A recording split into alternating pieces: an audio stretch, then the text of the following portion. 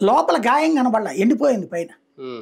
బయట ఆ పడిన బ్లడ్ మూలంగా లోపల గాయం కనబడదు, వెనకాల గాయం చూసాకనే తెలిసింది. అది ఎర్రగంగిరెడ్డి వీళ్ళ ఎదురుగుండానే ముందు బ్లడ్ అంతా తుడిచేయడం అన్నది చేసింది ఎర్రగంగిరెడ్డి. ఆ కారణంగానే ఇప్పుడు జైలు పాలైంది వాళ్ళిద్దరు, భాస్కర్ రెడ్డి, అవినాష్ రెడ్డి.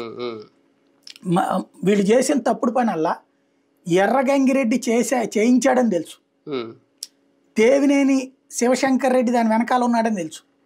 వాళ్ళిద్దరిని కాపాడడానికి ప్రయత్నించారు. అంటే అసలు ఈ మర్డర్లో పాత్రధారులందరి విషయంలో మాకెందుకులే అన్నట్టు వదిలేయడమా, లేకపోతే మనోళ్లే కదా అని కాపాడడం కానీ, ఈ రెండిట్లో ఏదో ఒకటి చేశారు. అదే ఇప్పుడు అవినాష్ రెడ్డిని ఈ స్థితికి తెచ్చింది. ఇవాళ సునీత మాట్లాడడానికి తీసుకొచ్చింది.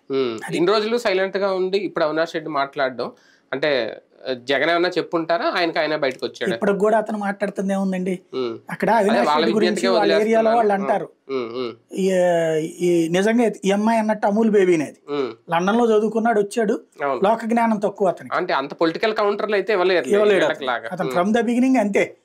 అందువల్లనే అమ్మాయి ఆట నడుస్తోంది. అమ్మాయి ఫీలింగ్ ఏంటి, ఎట్టాంటోడికి ఎందుకు ఇవ్వాలి, ఇక్కడ కడప రాజకీయాలు లాంటోడికి ఎట్టాంటోడు ఎందుకు, నాకు కదా అప్పచెప్పాలంటది. జగన్ బాధ ఏంటంటే ఇట్లాంటి వాళ్ళకి అప్పచెప్తే అసలు మర్డర్లు జరుగుతాయి. కడప మళ్ళీ ఫ్యాక్షనిజం నుంచి బయటపడి చాలా రోజులు అయిపోయింది.